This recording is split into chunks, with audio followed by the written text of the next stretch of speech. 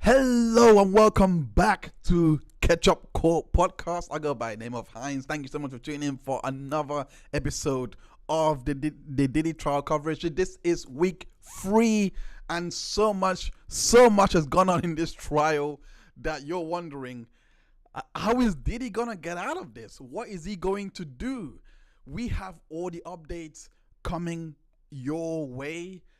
There's been so much testimony from Garcia to go into the bribery charge that we're the bribery element or predicate of the RICO charge that has been levied against Diddy.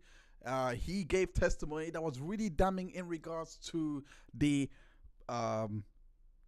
CCTV footage that we've been accustomed to now. After it was released to CNN, it's been played so many times during the course of these proceedings that tape, there's been so much testimony around it, and we're gonna get into it. We also have testimony from Maya, as well as Bongolan, as well as Jane Doe. We're gonna get to all of that, but most importantly, Diddy has filed for a mistrial. That's what we're gonna start with, because its mistrial filing is in regards to one of the testimony, and we're just gonna quickly go through that filing right now. We're gonna quickly go through that filing. It came in on the 7th of June, or the 7th, which is just, well, it will be Friday. So it came in, and Diddy is basically arguing for it's basically a motion for a mistrial in regards to prosecutorial conduct. He basically says the defense respectively submits this letter in support of for its renewed motion for mistrial based on prosecutorial conduct when the introduction of perjury testimony results in a criminal conviction and the prosecution knew or should have known of the perjury. The conviction must be set aside if there is any reasonable likelihood that the false testimony could have affected the judgment of the jury. And it says, moreover, the prosecutor's knowing use of perjured testimony can violate the due process clause, even if it only undermines a witness' credibility. As the Supreme Court has explained, a lie is a lie, no matter what is subject, and if it is in any relevant to the case, the district attorney has the responsibility and duty to correct what he knows to be false and to elicit the truth. As explained below, in this trial, the government has presented testimony that it knew or should have known was materially false related to his allegation that Mr. Combs dangled Brianna Bongolan from the balcony of Garcia Ventura's apartment in September 2016. Accordingly, to avoid an unfair conviction in this case, the court should grant a mistrial. The government contends the alleged balcony incident is relevant because it shows Mr. Combs' violence directed not only to Ms. Ventura but to other people around Ms. Ventura. She is aware of this violence, and because of her awareness, it goes to coercion. The incident is alleged is disturbing and powerful evidence, and the government has used it to depict Mr. Combs in an extremely negative light as an angry and dangerous man who terrified Miss Ventura and her friends. I mean, he is kind of dangerous. I don't think we can run away from that. The prosecutors elicited evidence about this allegation from both Miss Ventura and Miss Bongolan that is demonstrably false in key respects. They have then doubled down using this false testimony to obtain ruling, admitted inadmissible hearsay evidence about it as well, or to present a false narrative to the jury. The government started by eliciting testimony from Ms. Ventura without the allegation that cannot be true. Ms. Ventura said she actually saw Mr. Combs holding Ms. Bongolan over balcony railings. I saw him bring her back over the railing of the balcony and throw her onto the patio furniture. Yet the prosecutors knew she had not actually seen what she described because they had in their possession a text conversation demonstrating that Ms. Ventura was told about the alleged incident by another unidentified person. That's interesting. Hey, I just found out some crazy ish. I'm just finding out right now. Nonetheless, they allowed Ms. Ventura to continue to insist on cross she had witnessed this incident. And you testify you saw him throw her on the patio furniture, right? Yep. He brought her back over the balcony and he thrown her down. She persisted in this story even after she was confronted by the text messages. Isn't it true that you learn about this incident on the balcony after the fact? I saw what I saw. So I don't know. Has the government, in your preparation for your testimony in this case, gone over this message with you? No, not this one. No. Thus, the government left the jury with the false impression that Miss Ventura saw Mr. Combs dangle her friend over the balcony, and this made her fearful of him.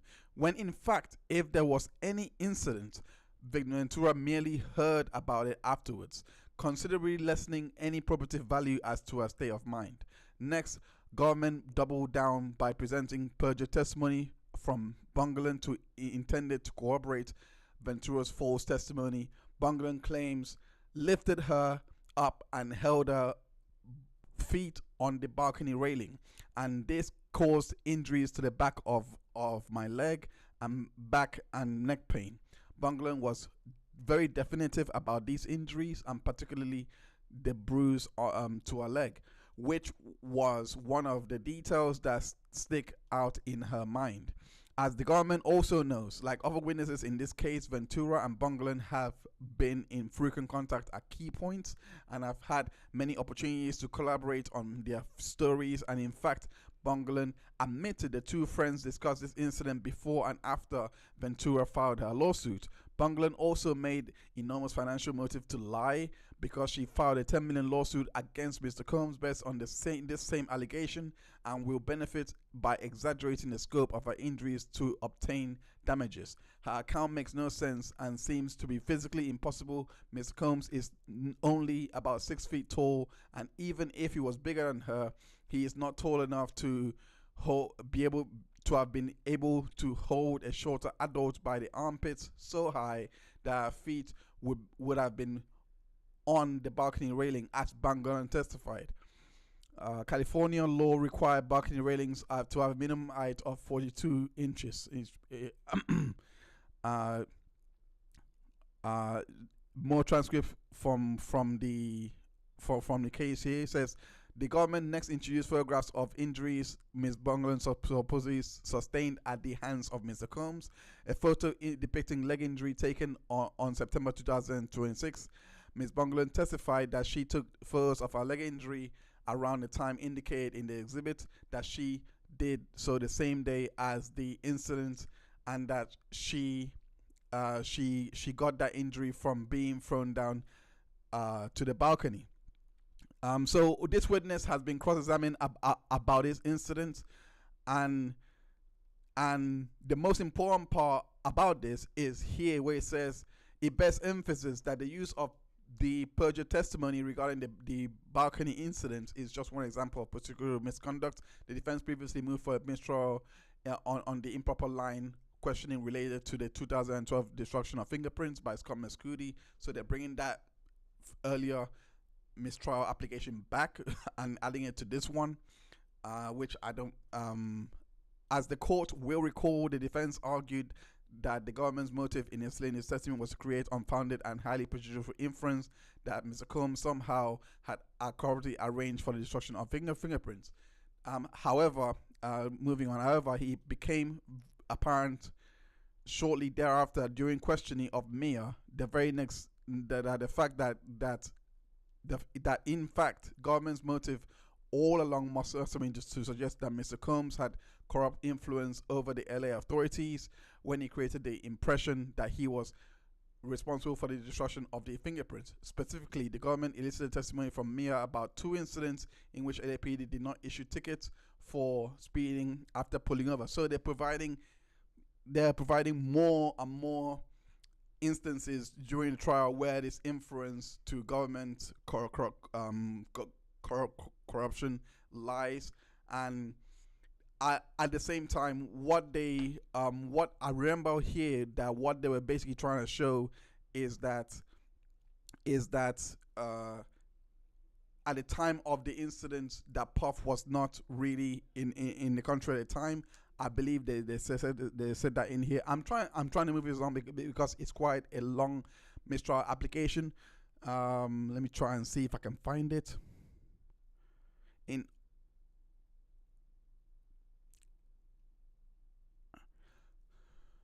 Try to find it. The government would have known. This is the one. This is the one. The government knew or should have known this testimony was perjured and that Miss Bongolan could not possibly have been injured by Mr. Combs on a LA balcony in the early morning hours of September 26, or even the day before that. The government has long known that Mr. Combs was on the East Coast in late September, and specifically at around the time of the alleged incident. So basically, they're saying that there are instances that where Diddy would have been away from LA at this time, meaning that incident was completely fabricated.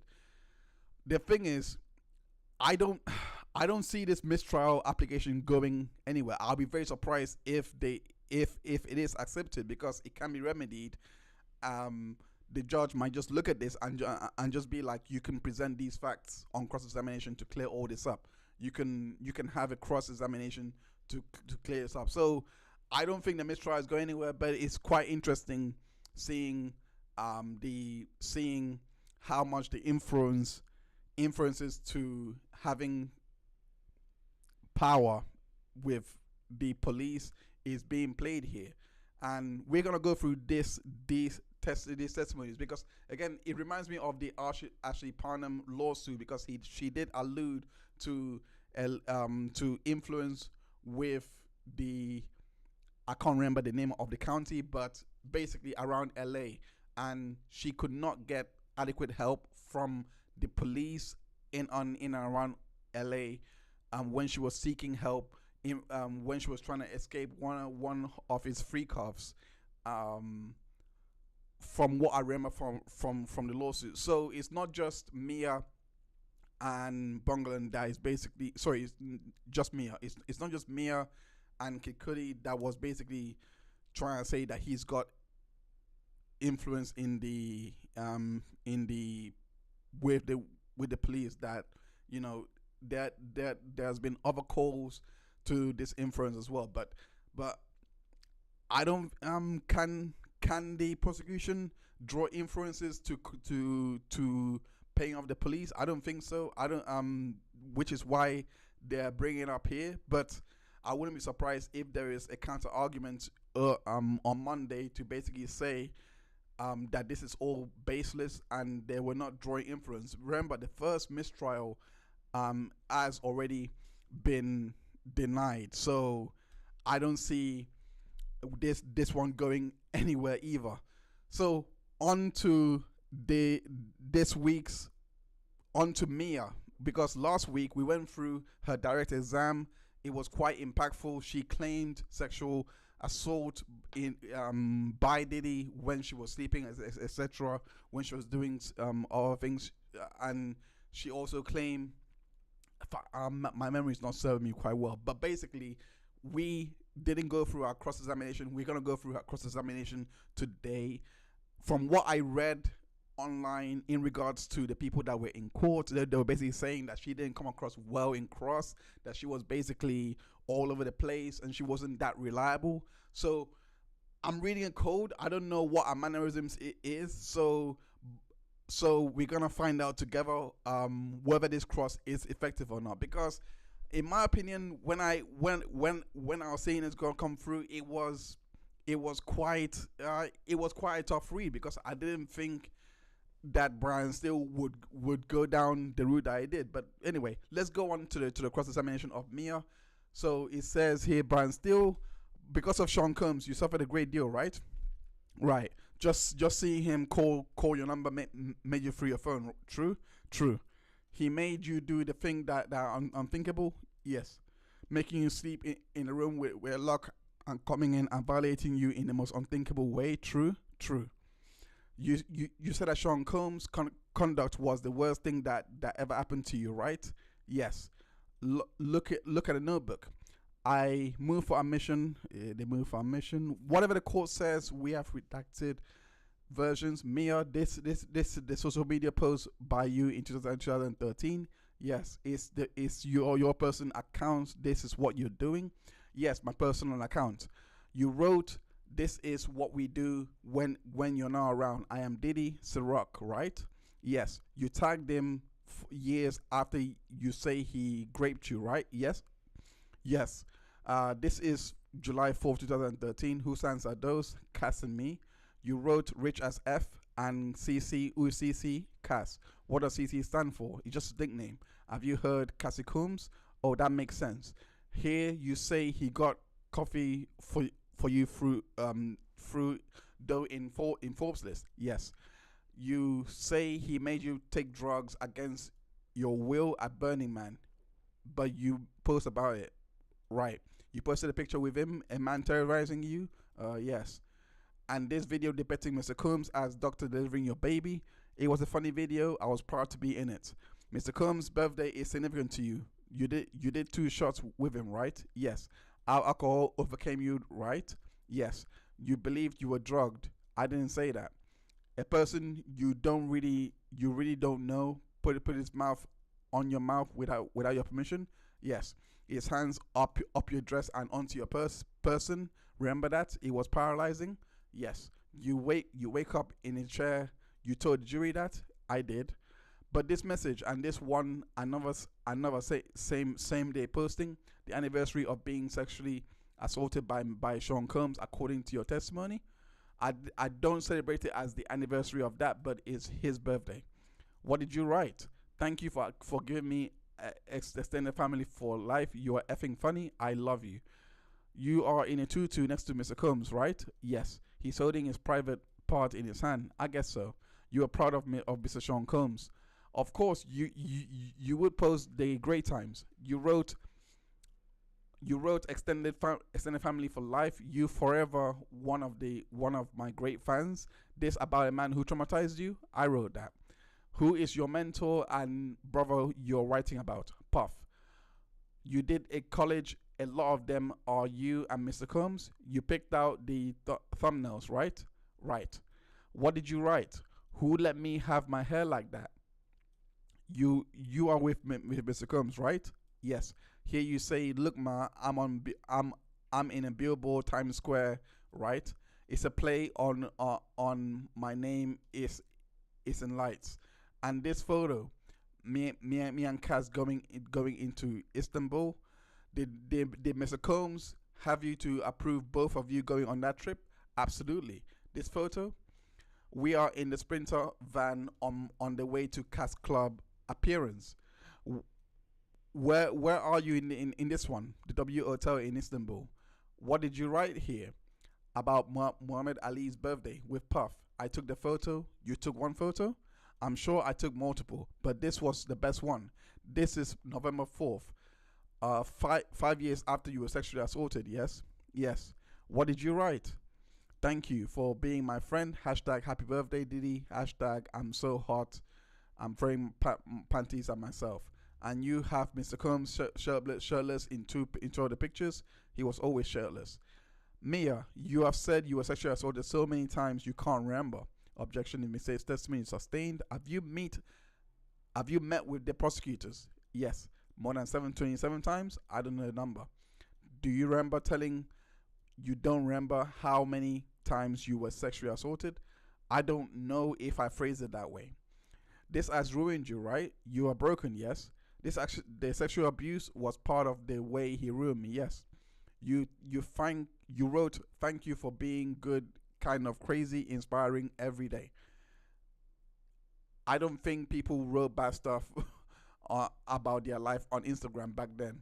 Why did you promote it? It was my job to promote. It was a cycle of ups and downs. And of course, Brian still is trying to go after her credibility in regards to the sexual assault claims that she made against Combs. But right here, this questioning right here is basically on the core that. But at the same time, it puts in my opinion, because what she was testifying to goes more into sexual trafficking. Sorry, into sex trafficking than because this is not a sexual abuse case. So he goes into that. What Brian Steele, from what I see here, he's done. He's basically shown that their career was thriving, and this enterprise was more creating opportunities for people rather than being used for a criminal one. So he's using the witness, in my opinion, to kind of further that idea. Whether it will land like that with the jury, I don't know. When he was calling his best friend, I wasn't afraid of him. You weren't afraid of the man who stole your innocence, overruled. You are family, parents, parents, a sister, and friends. Time frame, I'm guessing there's some objection there. That's kind of an incomplete story. Anyway, moving on. When you posted this, you still had a friend. Hold up, let me go back to that. When you posted it, you still had a friend. I had no sounding board. I had to get permission to hold up. Oh gosh. I had to get permission to go to my grandfather's funeral. And to be quite fair here, everyone has to get permission to go to funerals. I mean, you just applied for that like at any job. So this wasn't damaging, in my opinion. This wasn't damaging testimony. The jury was an email with D-Rock. You could express yourself, right? I reached out to him. What's this? My friends at Funny or Die. I'm in the video. What did you write? You know you are a celebrity when you're spraying champagne at Funny or Die. What is this? My birthday post for Justin, Puff's son. And this one? Ciroc promo, hashtag. You are in it with Mr. Combs? Yes. Do you ever say anything that Mr. Combs violated you? Never. Here, Puff and Jimmy Iovine, legends. He traumatized you? Yes. You wrote, watch Puff tonight on Fuse today. I convinced him to make a door on his TV set and call it the Diddy door. You post a picture of the person who has ruined your life. I'm my boss. Who made you post this? No one. How do you forget about waking up with a man on top, having his way with you? I was in fear of upsetting him. The moments over then when we are best friends. How are you best friends with a man you say raped you? Ask my therapist. Such a snarky response. What did you write? F off patron. With a photo of Puff dancing with a tequila, and in this photo, Mr. Combs is close to you. Yes, you are producing the show. Funny and I did it, but I was getting producer credits. Sidebar, jury, and they're back from sidebar.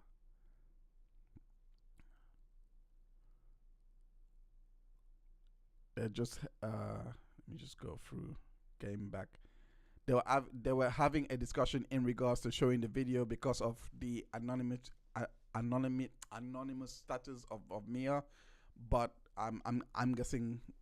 But what happened basically later on, they have basically introduced the video into evidence. What is the Breakfast Club? The name of our camp, Puff Friends group, still partying at breakfast. I was invited in once. I thought it was the Breakfast Club show, Hot 97. Anyway, moving on. This message from South Africa. You pounded # this Diddy fan club. Yes, it was run by a girl who shamelessly promoted Puff. She was so sweet. He supposedly drugged and raped you on his birthday, November 4th. How did you not mark that? I wanted to forget. I pushed it down. Are you finished? Yes. You put aside. You saw Mr. Combs abuse your sister, your best friend, Cassie. You put it aside and post this. Yes. You wrote this. Puff at iHeart. What are you doing here? Promoting Puff's appearance on Blackish. It's a comedy show. Were you aware of the Me Too movement? That was a great movement. Yes. What are these? Me and Puff at Burning Man, then on Blackish. You loved Miss Ventura. You meant every word on your social media account. I didn't mean every word on my account, but I do love Cass. What's this? A pop-up shop for D-Rock's brand Invisible Bully. You promoted Mr. Combs? Yes. You are saying this is not the way you felt. Sustained objection. How about are you are the best unicorn rockstar alien? I was trying to say it unique. Who are the people in this photo? Mama Combs, Christian, D Rock, Fahim, Tron. Uh, you work through March of 2017. It was confusing.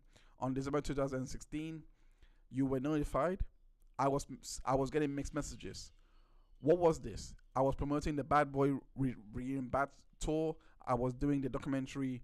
I'm going to um I'm going to show you something. Show this. I remember this. You did this. It was nice of me. You made this and give it to Mr. Combs. Yes. What did you write at the top?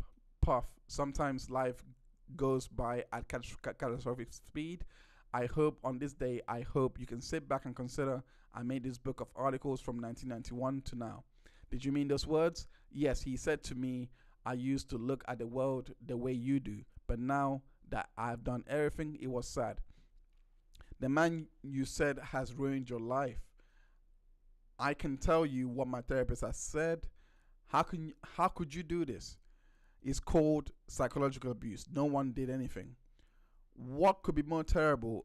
It's a chain objection, probably argumentative. Uh, where is it that you confronted him and said you have violated me sexually or otherwise? And he said, I need your help. Overall objection. After St. Bart, I confronted him about his behavior, not the other thing. You told Cassie she is a superstar and should get the money. I don't remember that. Aren't you lying about Mr. Combs' misbehavior? I have not lied to anyone at all. Isn't it true it did not happen as many times as you just said? Everything I said in this courtroom is true. Why did you make him this scrapbook? You could talk to an expert about about sexual assault. Could we hand the scrapbook to the jurors? Take a brief look for a couple of seconds. The judge says, Mia, let me ask you, how did you make the scrapbook? I researched and reached out for archives in the library, in his company. But you did all the work. I did. Did you make Mr. Combs' a birthday video? I put one together. I asked people if they wanted to send in a video. I wanted to ask you about last four digits. It was objected to. And she recognized the number after the judge gave her the instruction to ask by a number. Okay, it says, let's read these messages. I'll be KK. Mia, my life is over. I might as well still as KK. Call me back or I'm calling your parents. Mia, I'm so sorry. I'm with Laura Gomez. Still as KK. I'm not going to say it. Effing tell you are. Mia, the pain hurts so effing bad. Who is Laura? So still now ask questions saying, who is Laura Gomez? Mia says she was in HR at Combs Enterprises. You start, I'm going to kill myself. Oh, my life is over. Yes. You could have quit. I didn't see it that way. Why? There is pretty long psychological explanation. I was around them 24 hours a day. This is all I knew. Why weren't you happy to be severed? Isn't this great? Not then. Your Honor will so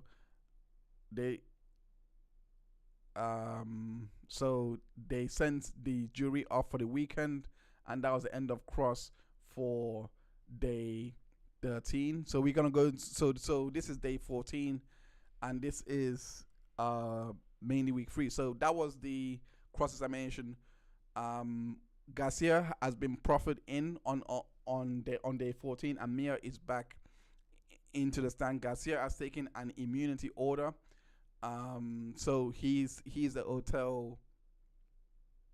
I can't remember right now, but yeah, Mia is back in, and they are basically asking, and she is being asked questions in regards to some of the exhibits. So, Mrs. Steele, are you gonna show the video? You haven't laid. Okay, so they're laying the foundation now for the video that's about to be brought in. Did you work as an assistant to someone? Maybe 2008 or 2007. I'm not sure. You had a resume saying you had the ability to multitask and a thick skin. I'm not sure I wrote that. That you were able to deal with uncomfortable situations 24/7. Um, Overall objection. Did you use this as your CV? Looks like it. Admit it into evidence. You went to James Madison University. It is a well-known institution. Sure. Then you were a design assistant. Yes. In 2008, 2009, you provided round the clock support, all personal and professional needs, keeping passports. They were all collected. I don't exactly remember. I didn't travel, but you traveled with Mr. Combs' companies. Oh yes. So when you said they had your passport, they had everyone's passport. True. Yes. You are a strong person.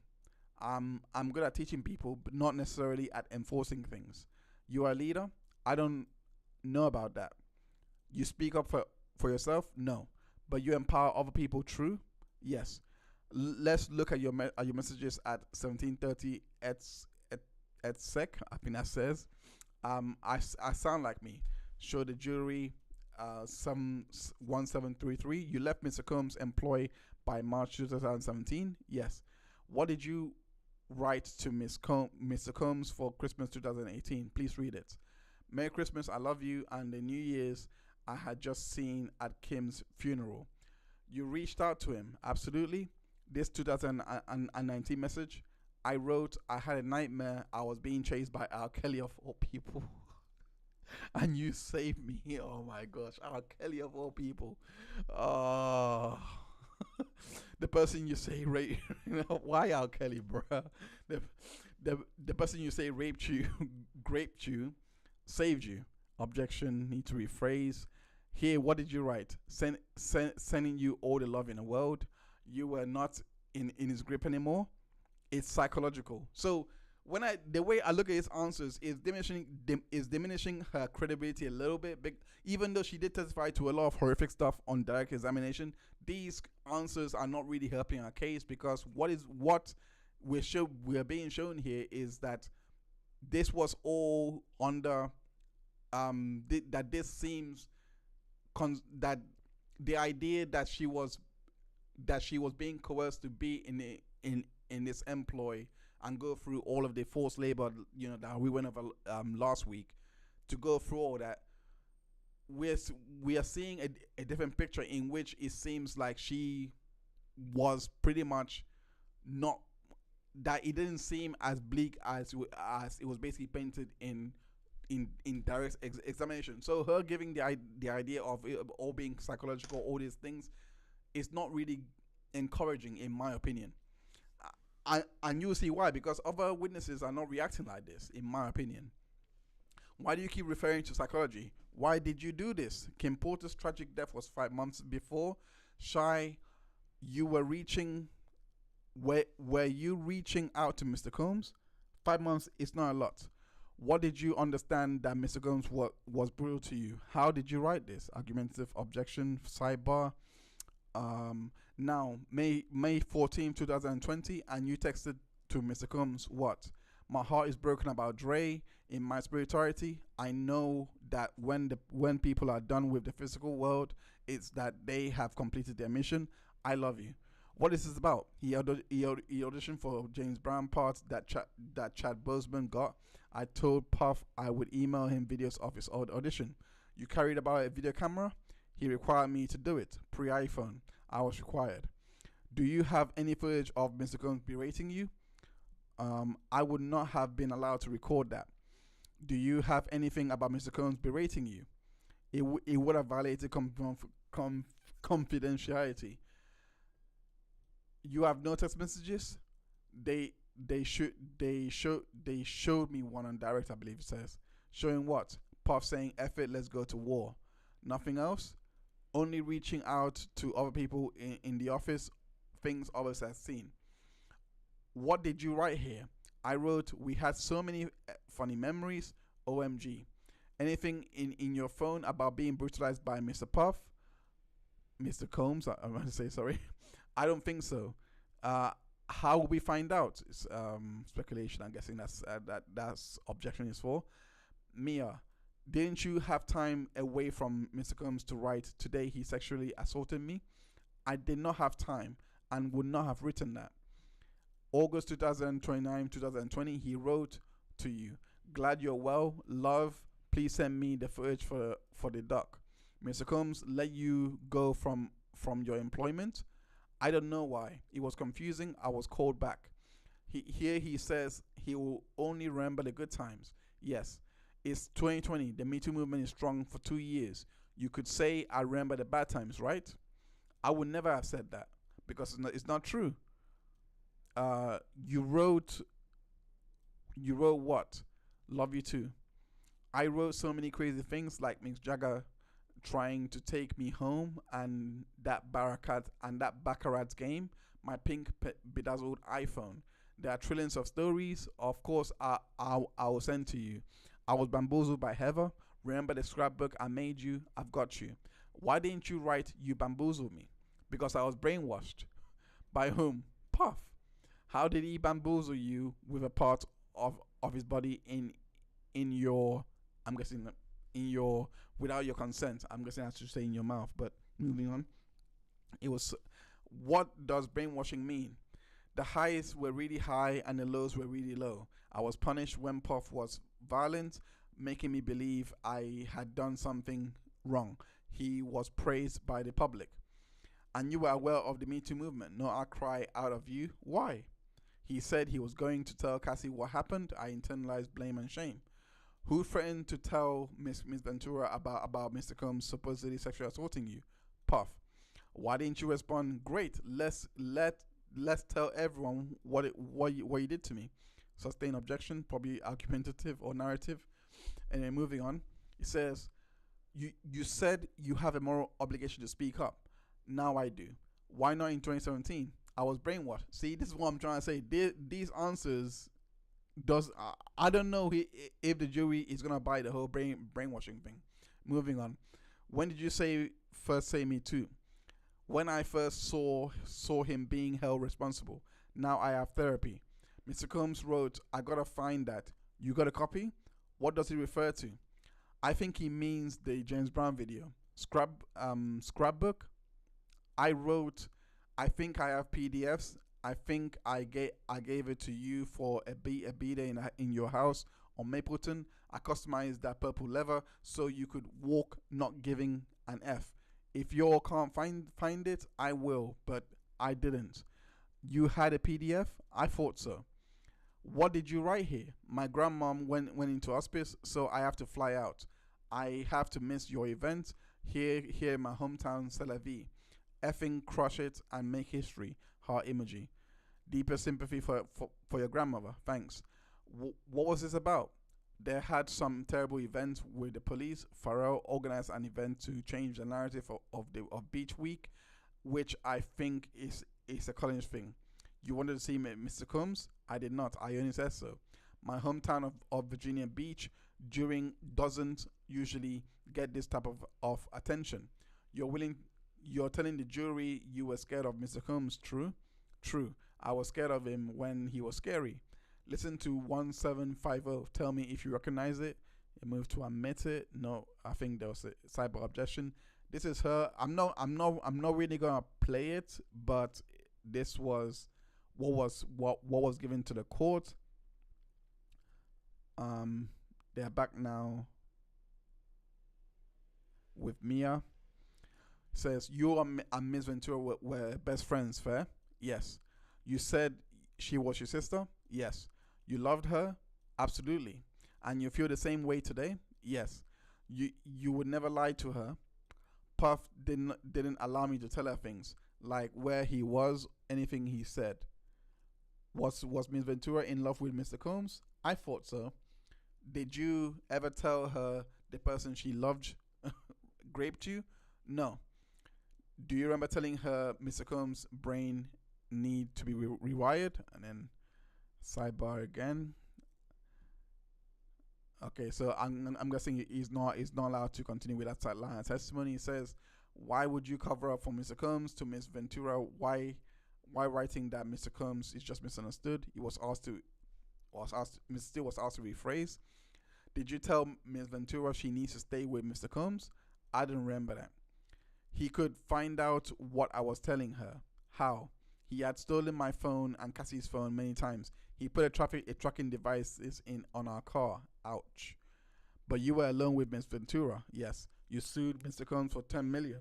I think based on the immediate switch up from the questioning, this was not a an answer he was actually expecting, because the fact that she just testified that he's put tracking device on our car, now that adds more weight to the sexual trafficking element that separates a normal relationship to a more of a coercive controlling relationship, in which you can basically picture Cassie as a sex slave in this case, where she was basically being used primarily for free cuffs, even though she had a lot of opportunities to advance her career. This answer is not good for him, which is why I think he just switched to the suing for 10 million to basically give the idea that she's just doing this for money and try to basically undermine her credibility again. But I don't think he was expecting that response. It was a mediation. My lawyers ended up getting 200K. You got 200,000? Yes. Please look at the screen. Is that your social media account? Looks like a text message. Sounds like me. You text to Mr. Combs? I don't remember sending this. You are in a tutu, and Mr. Combs appears to be holding his private parts in Miss Ventura's lawsuit. She alleged sexual abuse? Yes. Why did you still communicate with Mr. Combs? I sustain objection. Did you meet these prosecutors in January 2024? I may have. I don't remember the timing. Did you tell them Mr. Combs sexually assaulted you? I don't remember when I told them. Did you get a lawyer? Yes. The lawyer who had 45 days earlier obtained an enormous, it was a sustained objection. So, sustained objection again in regards to the question of hiring her.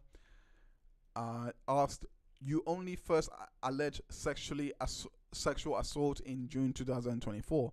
I don't remember the timing of things. The rest I can't go into. I understand is privilege, and having a sidebar about that. So privileged material can't come in, obviously. Let's talk about Prince's party. You said you had no permission to go there, but you knew many people who knew Mr. Combs who would be there. Did you wear a disguise? No. Any photo of Chase? Any photo of a chase? No. You say you and Miss Ventura got on a paddleboard into a storm? Yes. Any recording of that? No. Any notes or text messages to prove it happened? I don't think so. We were on a paddleboard. Did you make it up? No. You said you had no time with family. Did you ever go to events with your family and friends? Sporadically over 8 years, but few and far between weddings. Sister and best friends, I believe. Halloween? I don't remember. You had times with others, right? I had to be in communication 24/7. I was never outside its grip. Outside of the work environment, why couldn't you explain the abuse you say you were experiencing? It's more complicated than that. Isn't it true that other than the few times Mr. Combs was violent with Miss Ventura, which is never okay, you were comfortable with Mr. Combs? Judge asked Branso to rephrase. Branso asked, you never advised Miss Ventura to leave him? No. Until 2024, you never told anyone you were sexually abused. Unless it was to my privileged therapist. That's true. Could you waive privilege? Just to move on. You joined the Me Too money grab against Mr. Combs. Objection, I believe that's sustained. You knew Miss Ventura received money from her lawsuit against Mr. Combs. It was public, but you speak with Miss Ventura? Never about anything I discussed with the government. How will we know that? I know it's a sustained objection. Let me show you documents. Read it to yourself. And your honor, we can have a sidebar. There are sidebar, jurors can leave. We still can't continue on with the cross. After the sidebar, it says, Mr. Steele, you may proceed. Maya were you able to review over the bread some of your interviews with prosecutors? Yes. And you didn't mention sexual abuse until June 2024. I don't remember the dates. Did you give all your materials to the government? I gave them to my lawyer. They gave them to the government. Look at this one. In these notes, did you raise sexual abuse to the prosecutors?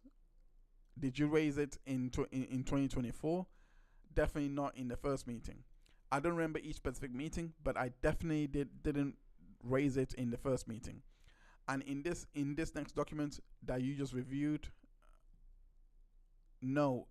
So just judge says ask her if her recollection is refreshed. No to the specifics. You never mentioned sexual abuse until you hired lawyer Sean Crawley. I have no idea when I first mentioned it, except that it was after I had representation. You intend to sue Mr. Combs for compensation? You want money? No. Who have you worked for since? Madonna. For how long? 8 months.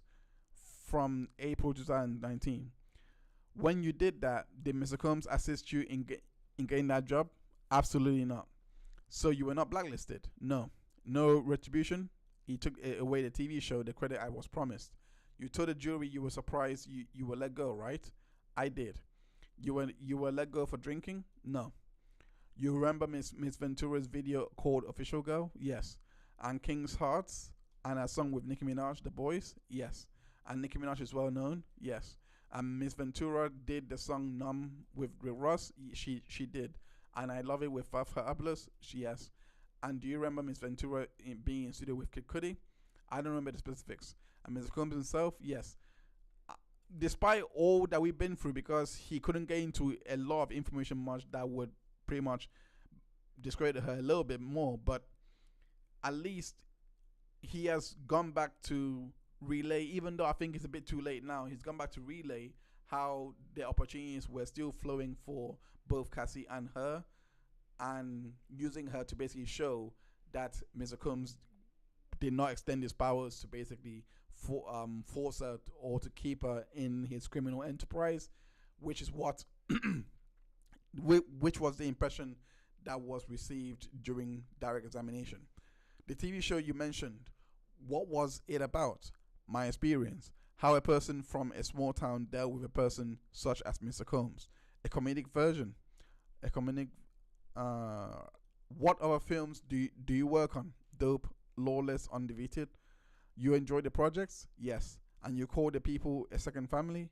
We all called it that. You thought Mr. Combs was a genius at the time. You wanted to continue to work for Mr. Combs, right? I wanted to continue following my dream. Do you, if Mr. Combs' company put more money into promoting Miss Ventura than any other? Do you know? I'm guessing that's what I'm going to say here. Do you know if Mr. Combs' company put more money into promoting Miss Ventura than any of his artists? I didn't absorb everything. Who is Jason Wiley? He worked for the record label. In budgeting, right? Do you recall being given the opportunity to have your therapist notes be seen by the parties? Sidebar objection. You never called law enforcement, right? I did not. You said when you stopped while speeding in LA, Mr. Combs got you out of it. You remember? I do. Did you ever think of calling anonymously? No. That's it. That's a good question. When you say Mr. Combs hurt your harm, did you seek medical help? No, I would not have been allowed. Okay. Did you take photos? No. Did you scream? No, I was in shock. Before the 5 days, you say you were awake. Did you ever stay awake for that long? Absolutely not. You testified you would give up all of the money if there had not been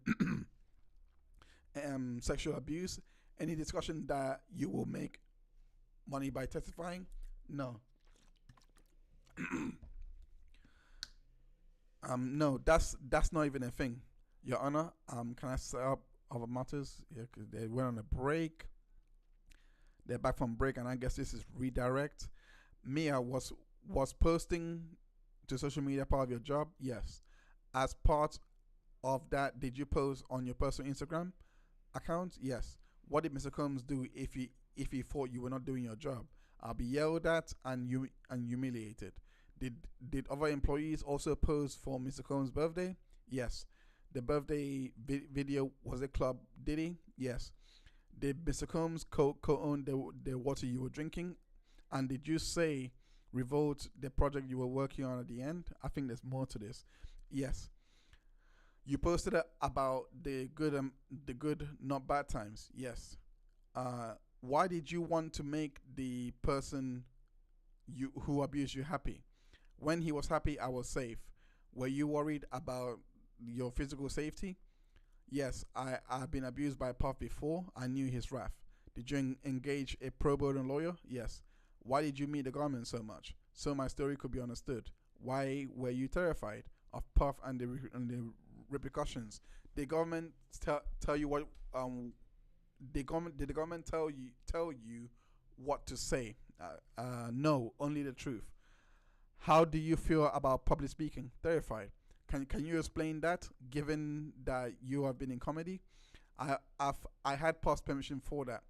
Any comparison to testifying about Mr. Combs sexually assaulting you here? None. Why are you here today? If not, I couldn't look my goddaughters in the eye and ever advise them what to do in this situation. And there was no recross. That was it. Sylvia Oken took the stand. That one wasn't really much. She basically testified into the oil damage at the hotels that she was basically staying at, and that was the end of day 14. Day 15, something happened with the Fred, with the Fred from Inner City Press, which is where I normally get the story from, the updates in regards to the case from the courtroom. But basically, the testimony was by Garcia, and we're gonna basically show that testimony here today. So Garcia is okay. So it says the government calls Garcia. Where did you work on the day in question? The Intercontinental Hotel. I was told there was an incident involving Puff. I believe he's the bodyguard that was trying to recover the videotape. Do you see him here? It was stipulated. Let me see. Let me show you your sign-in sheet for that day. Yes, I signed that week ending March 10, 2016. Could you monitor all the cameras? Not all, but more than one at a time. He was the bodyguard in the hotel, I believe. I think so. Would you be required to check the monitors? Yes. Did you initially recognize the individual involved in this incident? Not at first, but when I looked closer, yes, it was Mr. Sean Combs. And did you learn who the second individual was? Yes, Miss Cassie Ventura. Why was law enforcement not called? Miss Ventura did not request it. Did you review the incident report? Yes. There was an attachment that I didn't open on the computer, a video file. Did you receive a call? Yes. From who? Christina Coram with an NY area code. She asked if I had the video. What did she ask for? The video. She said Mr. Combs had been intoxicated and didn't remember exactly. And then they had a sidebar on this. What did you tell Miss Coram? That she would have to talk to management. Did she reach out again? Yes, I got a call from the lobby that she was there looking for me. What did she ask for? The video. How did you respond? That she had to talk to management for or file a subpoena. Did you tell her what you saw in the video? Yes, I told her off the record it's bad. Did you get another call? Yes, from an NY area code. It was Miss Coram. She put someone else on the phone. Who? Mr. Combs. He asked, "Do you know who I am?" What did you say? I said yes. He asked for the video. Said he had been intoxicated. I told him I can't give the video. How did he sound? He was talking fast and stuttering. He sounded nervous. Did you email management? Yes. I'll be nervous too. What is it? The email I sent.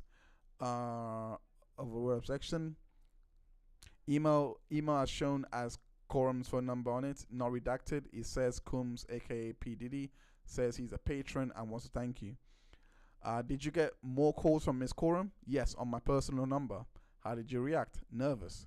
Oh wow, that's really coercive. I mean, threatening. The fact that they had his personal details. Miss Coram passed the phone to Mr. Combs. What did he say? That I sounded like a good guy, that he could help, that something like this could ruin him. He wanted the video. He said if it got out, it would ruin his career, and that's exactly what happened. We can't unsee that video now. I said I didn't have access to the server. He told me he believed I could make it happen. He would take care of me. What did you think he meant? Money for the video. What did you do? Reached out to my supervisor about it. Who was your supervisor? Bill Medrano. He told me he would do it for 50. What did you think that meant? He would give 50 for the video. What did you do?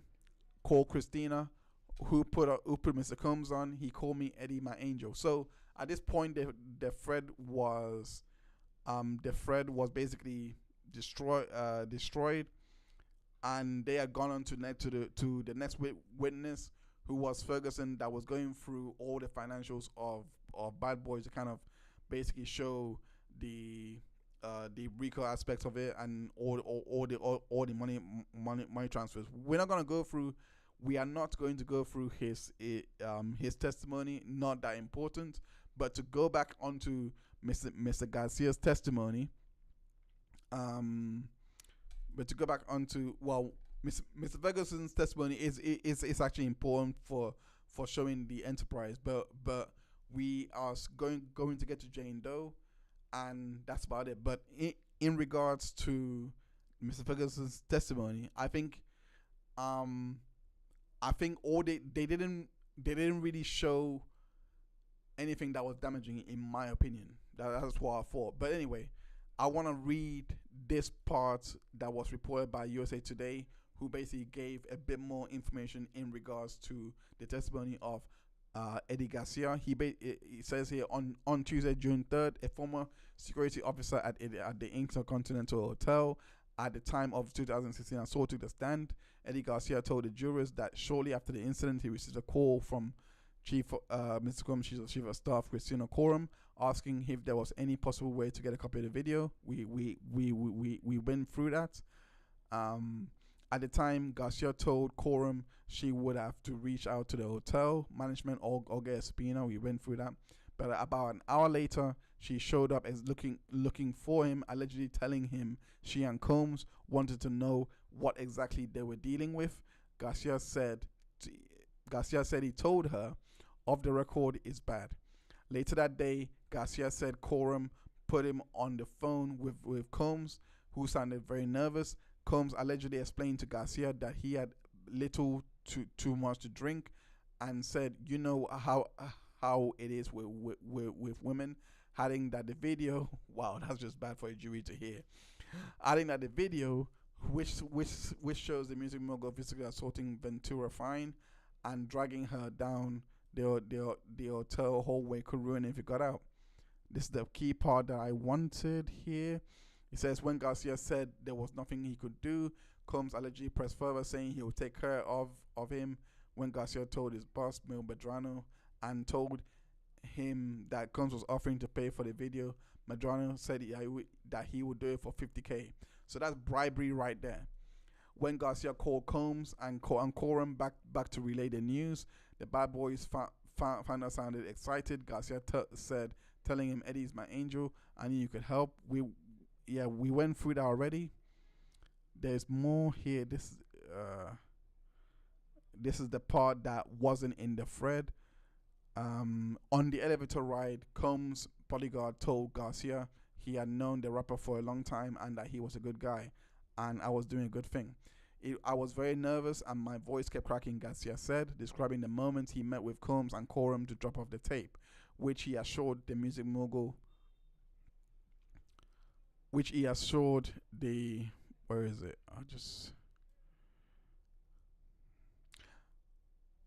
Sorry about that. Which he assured the music mogul was the only one the only copy. Which I saw the music mogul was the only copy. During the meeting, when Garcia expressed concern over getting in trouble, Ventura filed a police report. Combs assured her she wanted the video gone too, going so far as to get her on the phone to corroborate it. Garcia recalled Combs making him sign an NDA or a non-disclosure agreement, which jurors then saw a copy of, certifying there were no duplicate backup store drives containing the video. After Garcia signed the documents, Combs brought him 100K in cash in a paper bag, and after asking how he would spend the money and advised him not to make any big purchases, the directive was made to protect the secrecy of the payoff. Garcia said, explaining he knew Combs was warning against big purchases because it would draw attention. Garcia gave 50K to Medrano and kept 30K for himself. He said the remaining 22,000 went to the other officer on duty that night. He bought a used vehicle in cash with the money. He told jurors never depositing any of it in a bank account or reporting it on taxes. The heavy stacks of cash fit the pattern emerging throughout trial as prosecutors attempt to paint Combs as a man spoiled by success. Not just that, they have basically proven bribery here. They have proven bribery, and there is no way that the jury can unsee everything that just happened here. Like they cannot. They have seen the NDA and all of that. In my opinion, this is done. This is cooked because they have proven the bribery element. That's one predicate proven without a shadow of a doubt, in my opinion, to try and have that tape not leaked. Obviously, bribery is illegal, but the fact that a criminal offense was being committed, you can also argue that's obstruction of justice as well. I don't know how it works in the States, but there's so much going on there that there is no way that a juror is not going to give one of the predicates for bribery. So yeah, Sean Combs is cooked on that part. So there was testimony in. So we're gonna go into day 16. There was testimony from Piazza, who is the a forensic video expert. He was basically going through the video and the metadata and all of that to basically authenticate it, explain how it was edited, etc., and basically what's happened. So we're not gonna go through his testimony. We're gonna go into Brianna Bongolan's testimony next. And Brianna Bongolan is a former assistant, I believe, or fashion designer. I think she was mentioned on I think on week 2 by one of the witnesses. I can't remember too well. I think Eva Hayes. No, I'm having it wrong, but I have the wrong name. But one of the witnesses last week mentioned her. So let's go through her testimony. The government calls Brianna Bongolan. Who else you called? What else are you called? Banner. What do you work in? Fashion design. What did Mr. Combs do to you? Help me over 17-story balcony. Any after effects? Night terrors. I wake up in my sleep. Who is this? It's Cassie Ventura. Cassie, my friend. I met her in 2013 at Young and Reckless, the streetwear company. Then at Diamond Designs. How would you describe Cassie's relationship with Mr. Combs? Oh, God. Volatile. I did not want to meet him right away. I had seen a black eye. She begged me to meet him. Did you design work for Mr. Combs? A little. Where did Mr. Combs live? I think in like Beverly Hills. Do you know the name of the street? Mapleton, 200 South Mapleton. What did you do with Cassie? Drugs, and we will go shopping. We hang out with Deontay and others. In this, is this a photo of you and Cassie shopping? Yes, in April 2016. Puff texted Cassie, asked where she was. Okay, there's more to that, but anyway, sent a list where we had been. Had you and Cassie told Mr. Combs where you were? No. How did you make it? How did it make you feel? Like, oh God, oh my God, he knows where we've been. Where would you sleep at Cassie's couch or balcony? Did Mr. Combs come over? Yes, he banged on the door and came in. Did you know how? I don't know. He was upset. He threw a knife in her direction and she threw it back. He left swiftly. Were you doing drugs? I don't remember. Did you call the police? No. Why not? I was scared. Did you see injuries on Cassie? She showed me on FaceTime before makeup for the perfect match. What did she say? She was quiet. We were at a party at the Blind Dragon, a karaoke bar in West Hollywood. Then we went to Cassie's house to help her pack. Deontay was there. Puff came. Are you under subpoena? Yes. I won't get in trouble if I'm truthful. Did Mr. Combs provide you drugs? Yes. One was called G. I'm not a user. Ketamine, marijuana, and baking soda. How often did you get drugs for Cassie? Often. Those oxy pills. Did she pay you? Yes. Did you get drugs for Mr. Combs? Yes. Once. Baking soda. Did you sell drugs to others? Yes. Sometimes. Did you try it with Cassie to stop drugs? Yes. We would try to cook, but there were a lot of drugs around. Has Mr. Combs ever threatened you? Yes. Let me show you a photo from April 2016. Who was in it? This photographer who goes by name Bad Boy with an eye. We thought it was cool that was his name. We thought we had made some art. Puff came close to my face and said, I am the devil and I could kill you. Wow. Were you taking drugs that day? Probably baking soda. Did you continue to see Mr. Combs after that, I'm guessing he says? Yes. Why? I don't know. Did you tell the government about this threat in your first meeting? No. Why? I was sustained objection.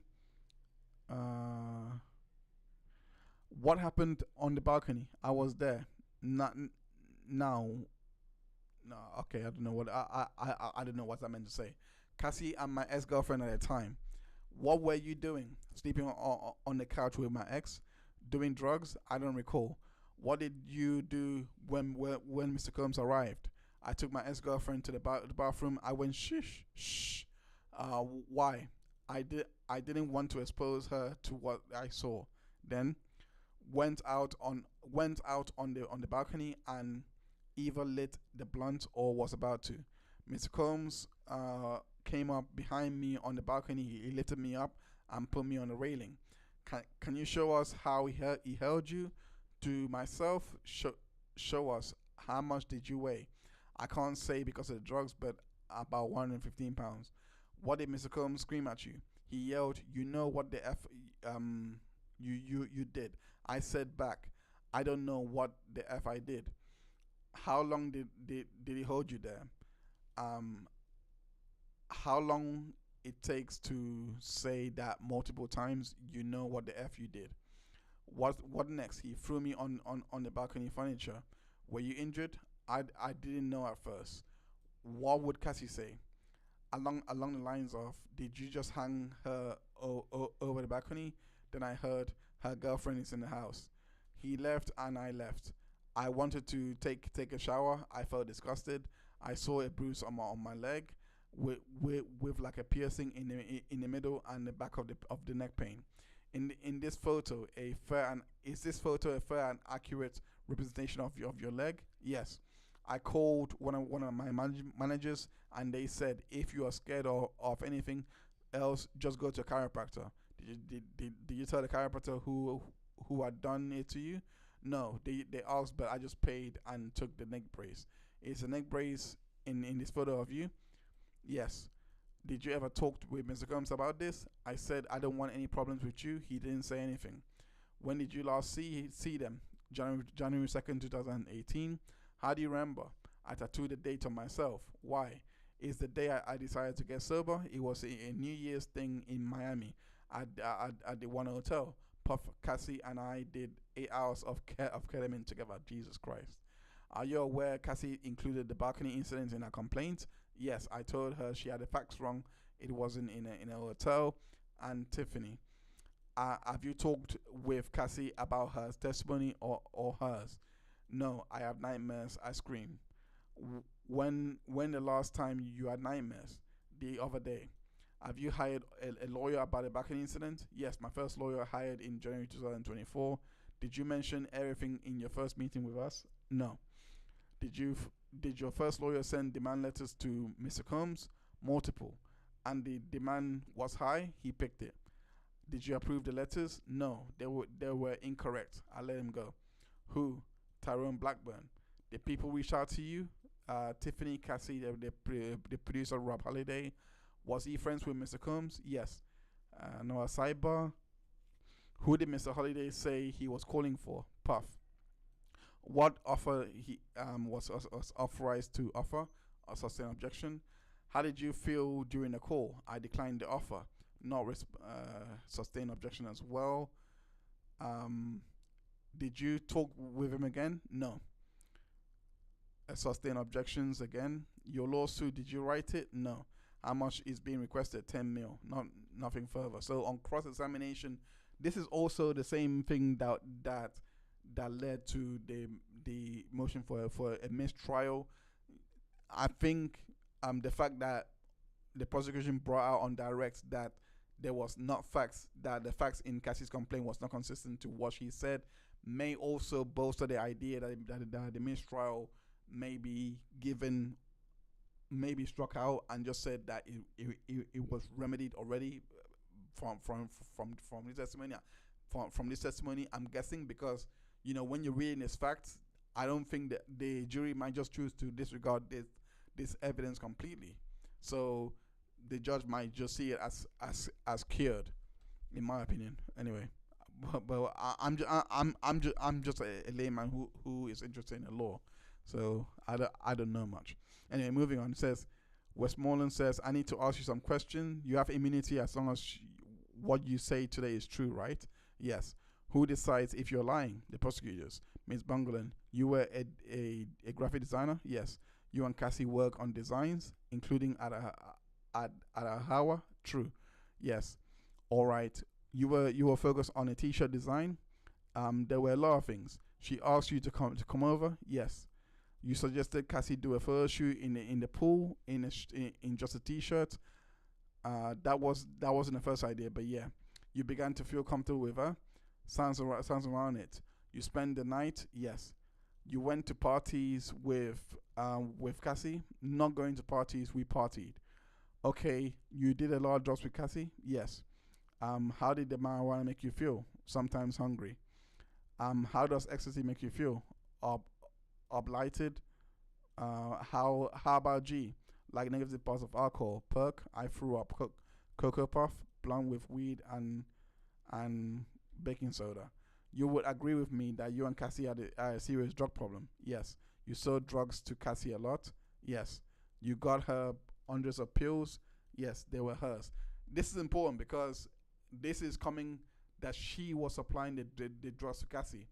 So the drug distribution part of the RICO predicate, the possession of drugs with intent to distribution, obviously includes selling, but from what we're seeing from evidence, they might not get these predicates, because what I keep seeing is giving these drugs, but you're not seeing an exchange of money come by for these drugs, and also the fact that he's not coercing these women to do these drugs at all. That's not being established. Otherwise, it would have been bad for him. But I don't think the drugs part is going anywhere.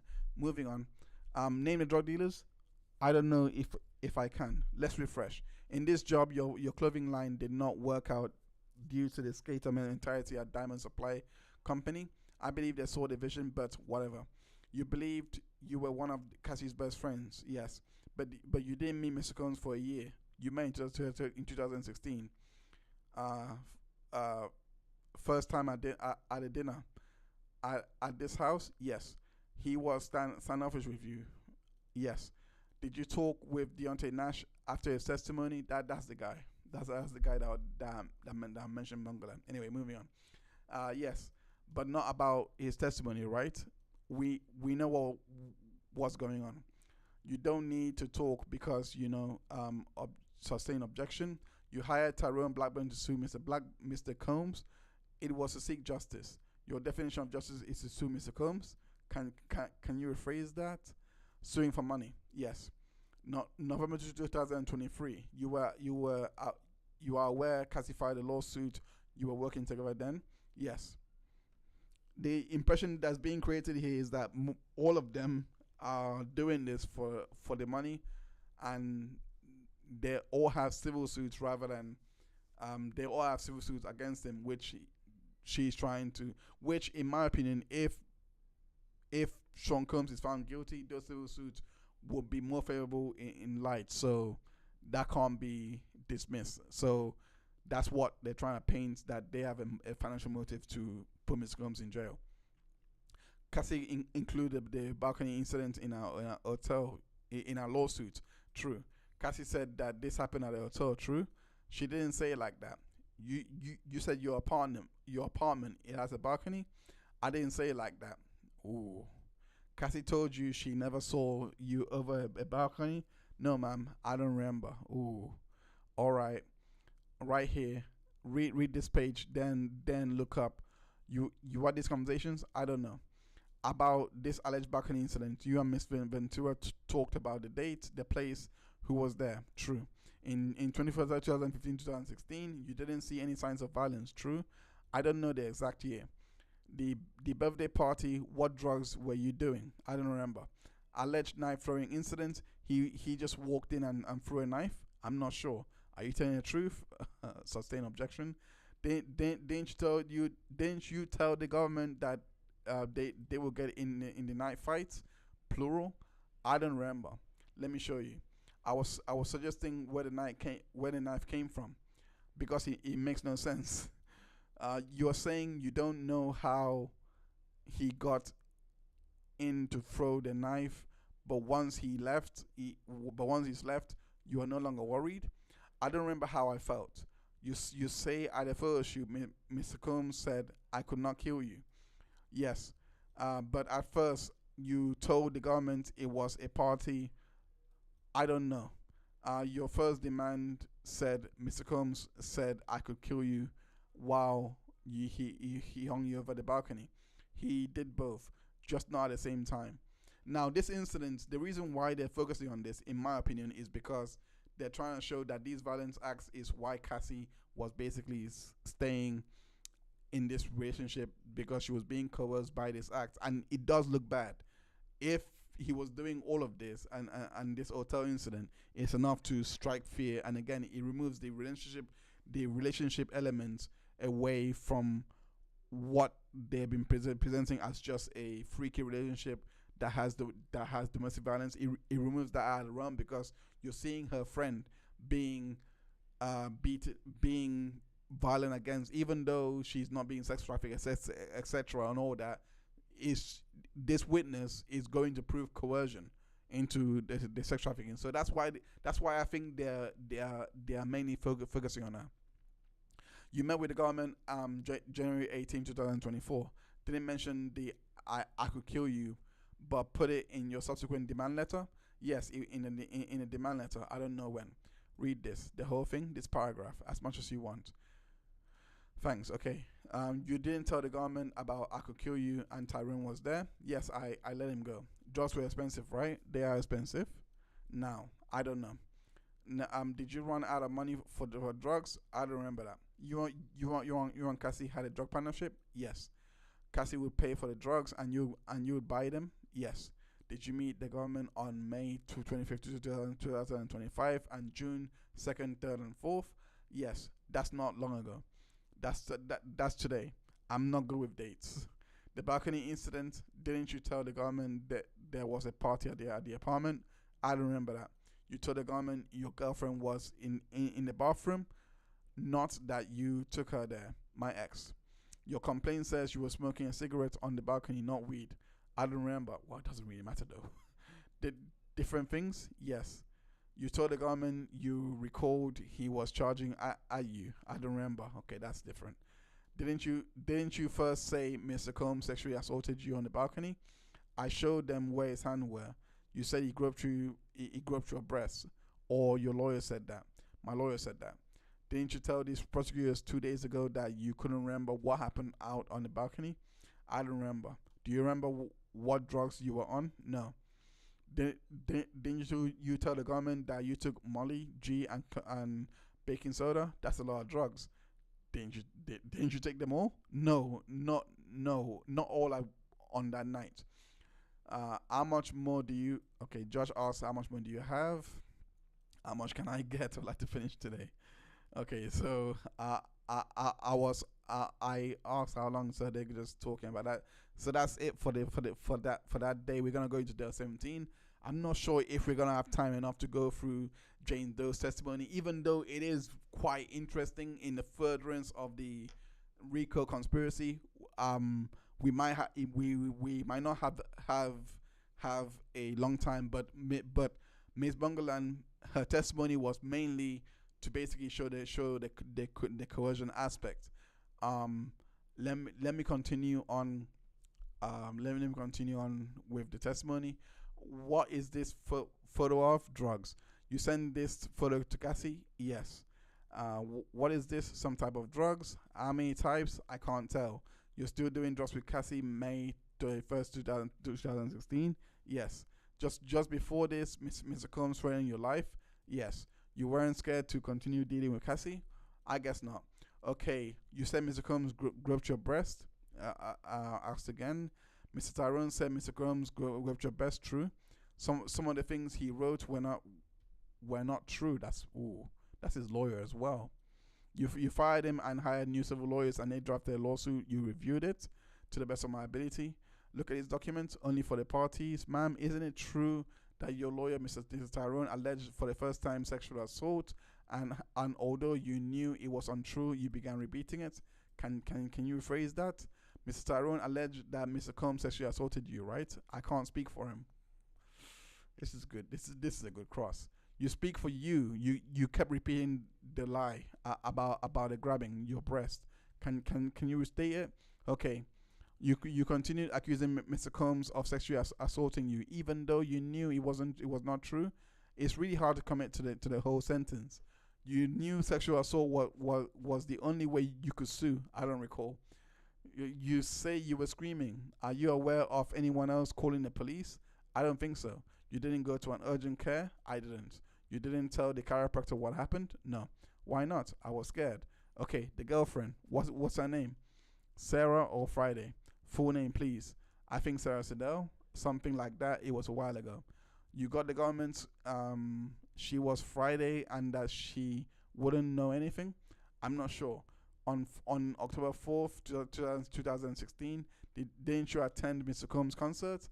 I don't remember the date, but yes, I went. Judge asked Miss Morland, may we read the text? Proceed. You read Banner, and I'll read Cass. Bongolan, I don't know what I wrote. Oculio, what time? As Miss Ventura, love ya. Thank you for yesterday.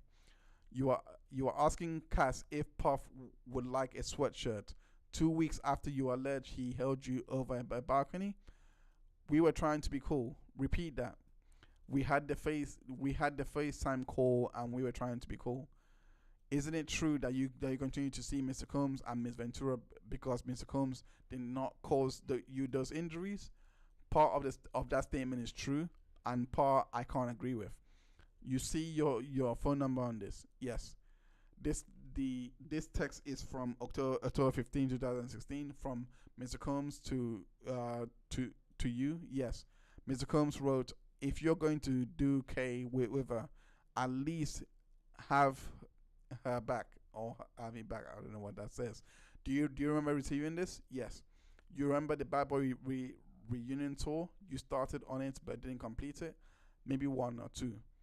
September 25th, 2016. The tour was at the Prudential Center in Newark, New Jersey. Is that true? I'm not aware, not sure on dates. He was on stage with Lil Kim. I don't know. And at the Harlem Salute to Achievement sidebar. Is this Trump International Hotel stay of Fran Black include September 26, 2016 in-room breakfast for $231? You see? Yes. You agree one person can't be in two places at the same time. Wow. Hard to say. On the same day, the same day that this incident took place, he was proven to be in another hotel. This is why I said that mistrial might not go anywhere, because I know they're arguing on the place of perjury, which I don't think it's gonna go anywhere, because in my opinion this might remedy the whole situation, even though they put on a perjured witness. You told the jurors Mr. Combs injured you in LA on September 26, 2016, correct? Now a sidebar. Mr. Combs did not cause you the injuries in the photos you provided with Mayday, saying September 26, 2016. I can't agree with that. I mean, a person can't be in LA and NY at the same time. My answer is the same. No further questions. Redirect. That's a brutal cross. That's a brutal cross. Did you ever review the notes taken at your interviews? No. Did you give Cassie permission to put your name in a complaint? No. After she filed, I hit her up to tell her of mistakes. Tiffany wasn't there. When you filed your lawsuit, was a report of the balcony the same or different from Cassie's? Different. Is what you said today your best recollection? Yes. The demand letters of your first lawyer, did you write them? No. The demand letter that said Mr. Combs squeezed your breast so hard you had bruises. Had you said that? No, ma'am.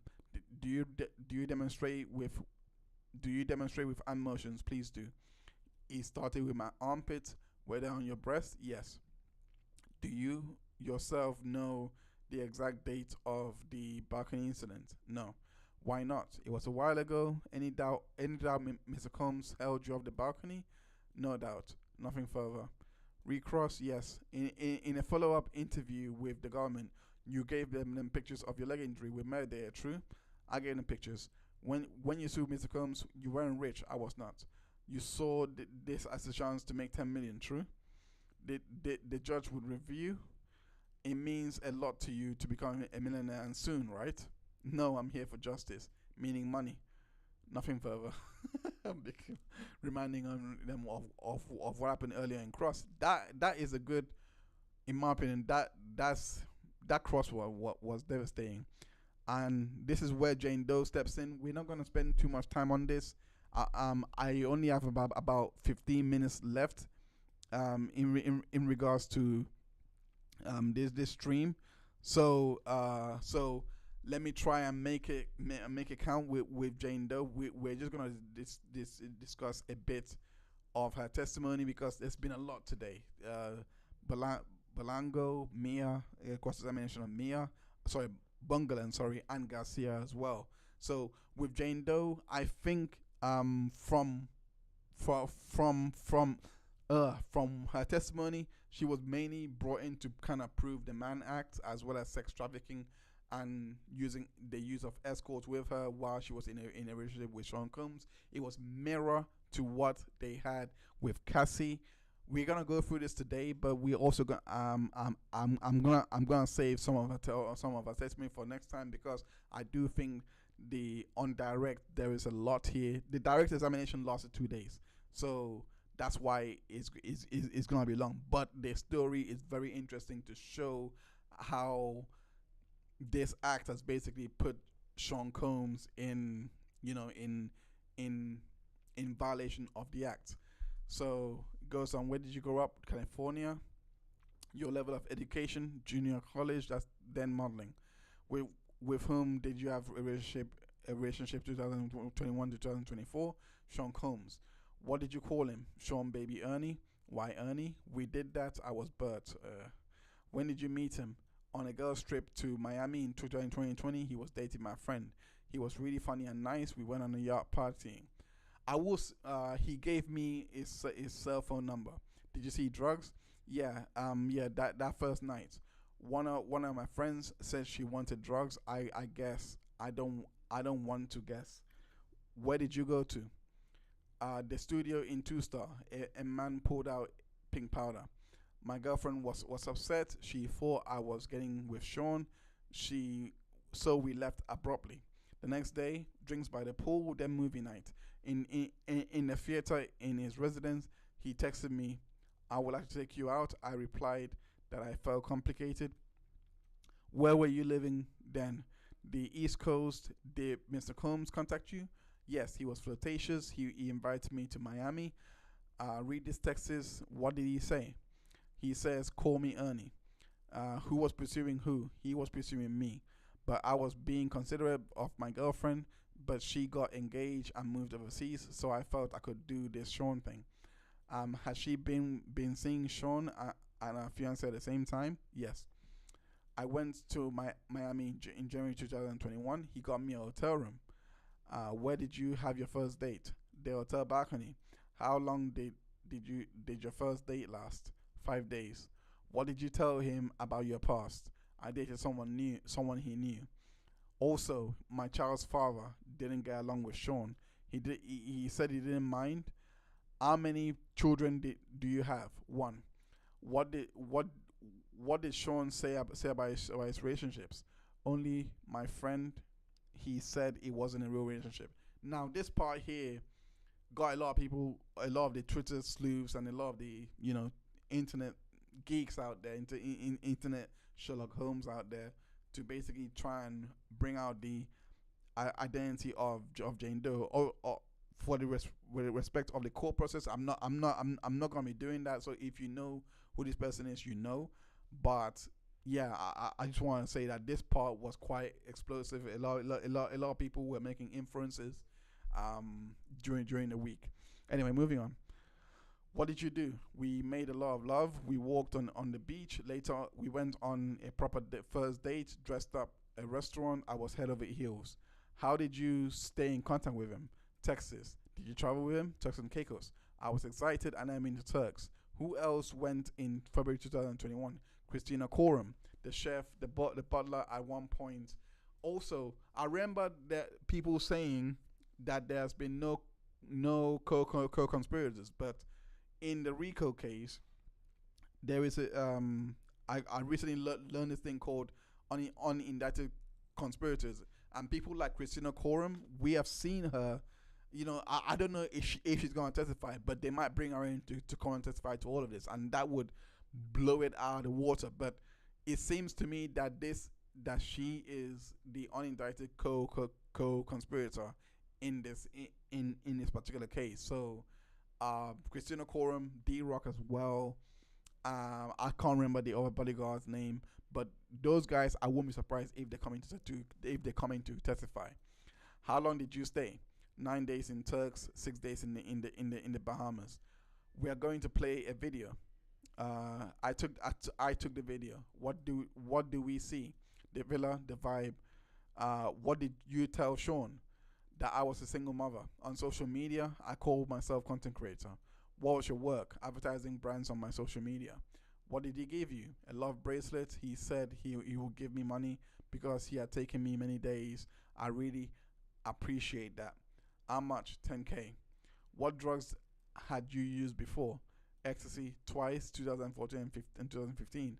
You used it in Turks? Who suggested it? Sean, like 10 times. In the pool, he gave me a pill, said it would be fun, said it would be more fun. I was walking down the beach and with him and I fell. I think I was screaming too. They put me in the shower. KK did. Ooh, did you take another ecstasy pill? Yes, but a smaller dose. It made me feel relaxed, euphoric, sexual. It enhanced touch and sense.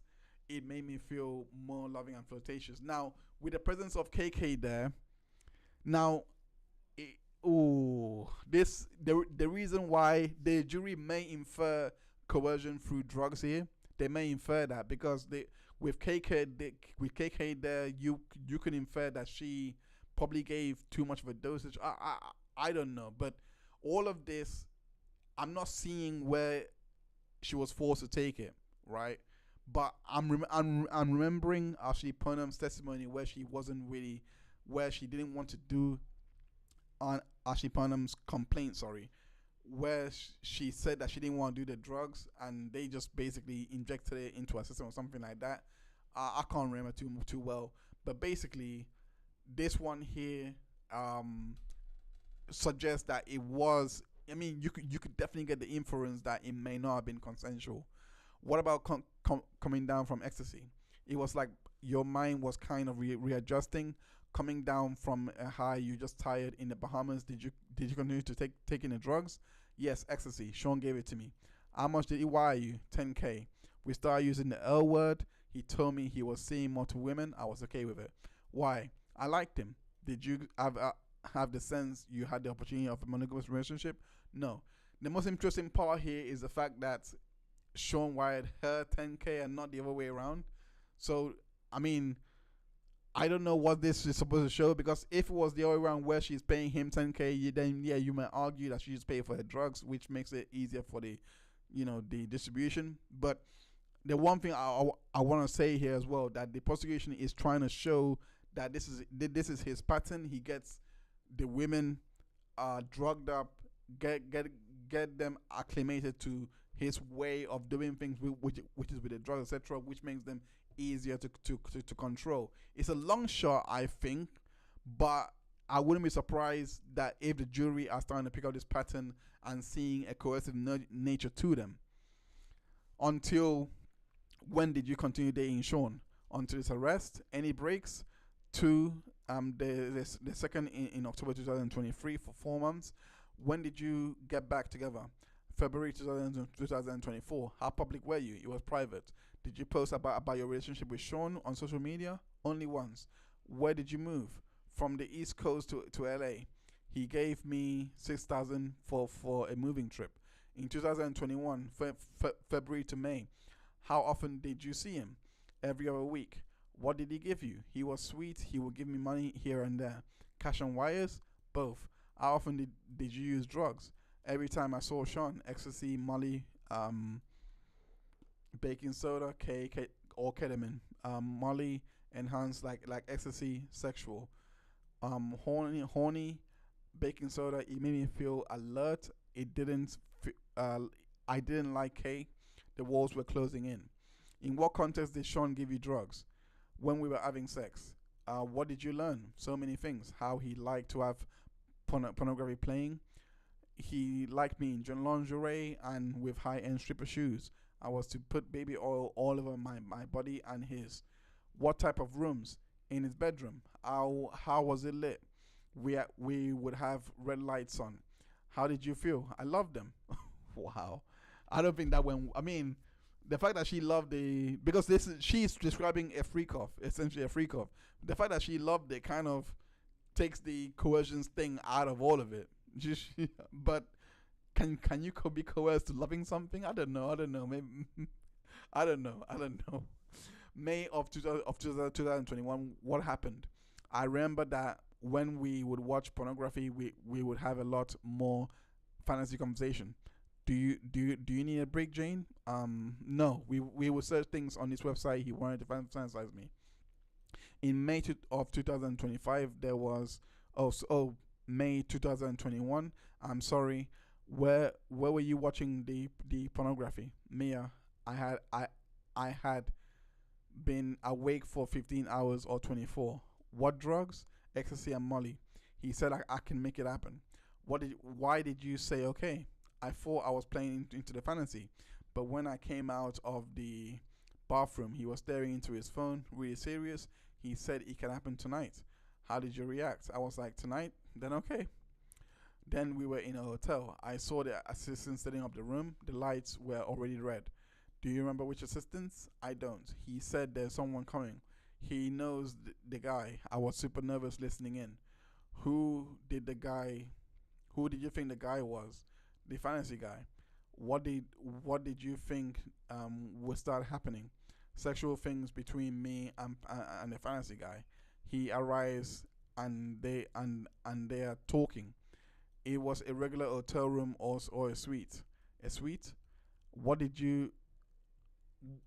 It was a regular hotel room or a suite. A suite. What did you do? I said hello to everyone I saw Don. Who is Don?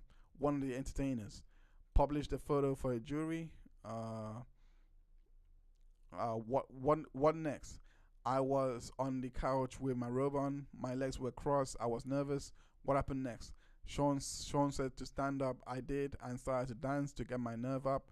What was Don wearing? His underwear. What was Sean doing? Touching himself. I can't know. Was he masturbating? Yes, I don't want to get the picture of Puff masturbating in my head. What the? What was he? Was he talking? What was he saying? Being encouraging and sweet. I was ready to speed things up a bit. What do you mean? Get it done. She was crying, sobbing. What did you ask for? A condom. What did Sean say? That these guys got tested at the time. Later, did Don leave? Yes. Then Sean and I made love. Then the next day I went home. Any boat trip? A nice yak day. How did you feel? I felt exhilarated. It was taboo. I had a time with my partner. Did you think you would do it again? No, or maybe a few times. Something taboo. How did things change? He opened a Pandora's box. There was so much of it afterwards. Too much of it. How come? All the time I went along. Later, did you tell him you did not want it? Yes, in writing or verbally, both many times. What did Sean tell you about your rent when you said you did not want to have sex with other men? That he would give me maybe 3 more months of rent. This is coercion, financial coercion. Like give me a gifts in exchange for sex. This is the man act being broken down here. How did you feel? Frustrated, obligated, sidebar, objection. Between 2023 to the time of his arrest, did he pay your rent and make you feel obligated to have sex with other men? Yes. What did you call this night? Debaucheries or hotel nights? Freak offs. How often did you see him? Often. Every time you see him, did you have hotel nights? Yes. Even though we had spent a day or two after, it all felt like a hotel night. Who decided when? Sean, on short notice. I always had the childcare ready. I was always put together. What do you mean? My hair, my nails, my tan. He wanted me beautiful. Did you go out with friends? Not after a trip in the summer of 2022. He was dismissive. In summer 2021, in the summer 2021 to France. I went to the south of France with my friends. He was angry in the voice notes. Who did he want you to look? Straight hair to ponytail when he had sex. He wanted me to pierce where? My nipples. We'll talk about that. Between 2021 and the break in 2023, how much money did you make and how? Social media. But that went down because my presence went down. I was focused on Sean. He would give me money here and there, and you can see the parallels being drawn again with Cassie. Her work was affected. The more time she spent with Diddy, the same thing here. The more times that she spent with him, the work reduced, and she wasn't working as much. How much at one time? 20K. Did you tell him you wanted to make your own money? When OnlyFans got big, I told him I wanted to do it like one of my model friends. He gave me this instant energy like, no. What is OnlyFans? Subscribe to models. I would do Unity. But no sex acts? Right, but he didn't approve. Why did you feel you needed his approval? I felt he was my boyfriend. What is this? My lease? April 4th, 2023. How much was the rent each month? 10K. Sean said, let's do a love contract. Oh. It was a flirty thing. He asked how much allowance did I want going forward. I said 15. He said 10,000. Yes, I wanted a beautiful home for the balance. How much more do you want to show coercion here? This is literally coercion. Ouch. Was this a wire transfer to pay your rent? Yes. Who got who got you plane tickets to fly to the hotel night? Is travel agent Jess or KK? Quiz to Stone Quorum tracks strikes again. Uh, where were you? Where were the hotel suites like? Red light sheets everywhere for the excessive use of baby oil. How many bottles sustained per hotel night? 2,000 bottles or more. Uh, this night, where was the hotel night? In my apartment. What did you wear during this hotel night? Lingerie, high stripper shoes. What would you What would you and the other man do first? Who would you greet? The entertainer. I was on drugs. Sean told me to touch myself. Then the sex. Then the sex. Forgive me for asking, but oral or intercourse? Oral. Later, I would with Sean. Would you clean up the ejaculate? No. How long were the hotel nights? 20 to 30 hours. So that's it, really.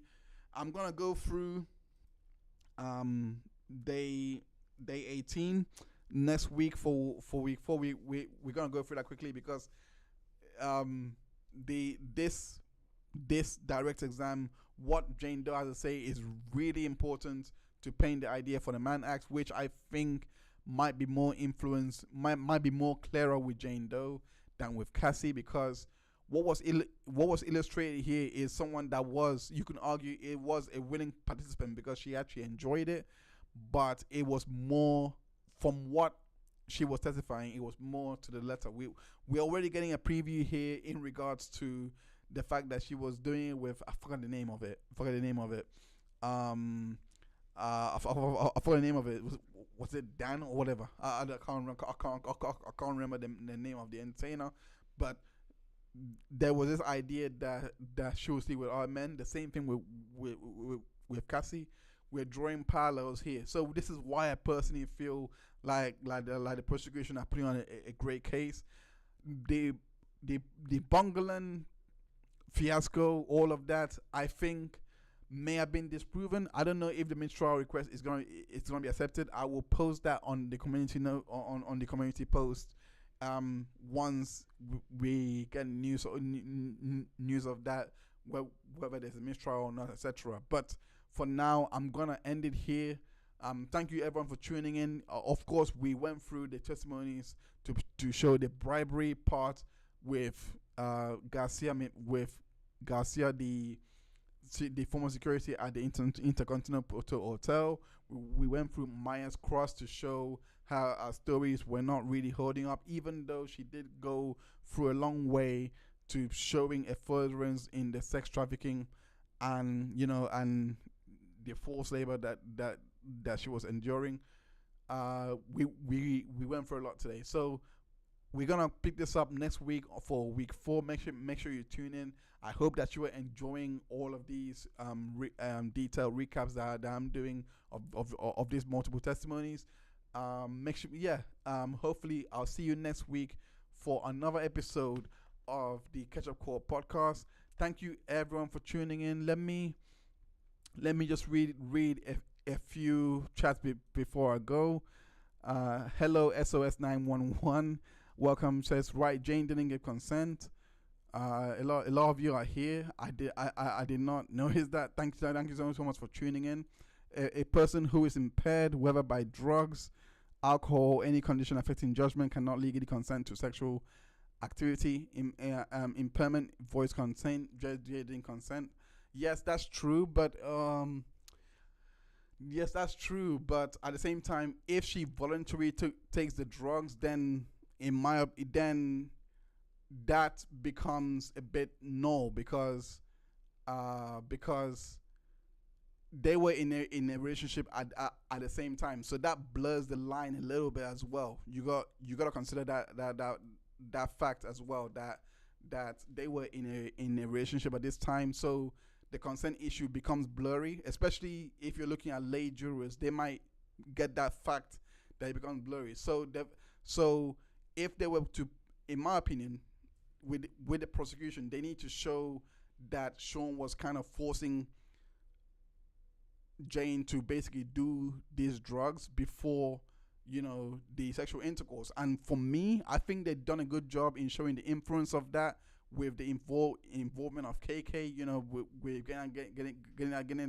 with getting that testimony out, that KK was there when she gave the drug, because KK was also with Cassie. So there is that powerful testimony there. Maybe you can infer that maybe she wasn't given the drugs that she was told that she will be given, because if that happens, that's forcing, that's you can argue that she was being forced to take drugs there, because if you wanted, for example, ecstasy, right, or something like that, but you had another foreign substance in you, that's definitely coercion right there, and so that would go to prove that more than just someone who is impaired on drugs. We know, but I believe the fact that they were in a relationship kind of blurs this line a little bit. But yeah, good comment. Just the facts. Just the facts says again. Jane accounts of financial independence, drug use, and emotional manipulation underscore the government's effort to prove a pattern of coercion, which is central to Diddy's charges. Yes, exactly. Yeah. I personally think, in regards to the financial independence part, yes, she is financially independent, but at the same time, the fact that they made a love contract, I think that goes into the coercion a lot more, because the love contract doesn't exist. You can't create a contract in which I mean, it shows financial control, it shows leverage over her, it shows dominance over her, and in my opinion, this goes to show more to do with coercion, because end of the day, going into a contract like that, which doesn't really have financial, you don't have it written down or anything like that, but it's just out there. It's like saying, right, we will do this contract where I'll pay for your apartment if you keep having sex with. Contracts like that, in my opinion, voids all any kind of agreement. And in my opinion, I don't know how it's treated in legally, but it must be a lot if the prosecution had made her not made her, but basically gone through this line of questioning, where they basically said that they had a love contract where she will continue doing these free calls, had he continued to give her an allowance. To me, this is a massive proof of coercion. But yeah, I will leave it there. Thank you so much, everyone, for tuning in. Thank you ever so much for your comments. We are going to be live again next week Sunday, so make sure you tune in next week Sunday, same time, which is 4:30 Eastern time in the US, for another episode of the Ketchup Court podcast. We shall be covering this Diddy trial to the very end, so make sure you tune in. And yeah, thanks for watching. See you guys next week. Take good care of yourself, and bye for now. We are out of here. The show is over, but that does not mean that the fun has to end. And I know how cliche that sounds, but really and truly, the fun really does not have to end. You know how good our streams are and how fun they can be. So we have decided to put them all into a podcast and a playlist format for you to binge on if you so wish. We also do recaps and clips of the best bits, the worst bits, all of those bits, lady bits, every bit, whatever it might be. We do that as well, and we upload onto the channel, so in case you guys just wanna you don't wanna watch the full thing, you have the option of watching just the short versions. It's up to you. You have the choice, you have the power, like E-Man. So without further, you can also check out the main Heinz website, where we continue the discussions over there, but in a more broader context, to try and get into the psychology of why all these things happen. The end screen should be up here so that you guys can see the content you guys can watch. The playlist will be on your left hand side or right hand side, I don't know which one, and the video that and a recap clip should pop up here. So without further, I'll just say bye, and I'll see you on the next stream, and most importantly, the Unintentional Juror podcast. See you there. Free.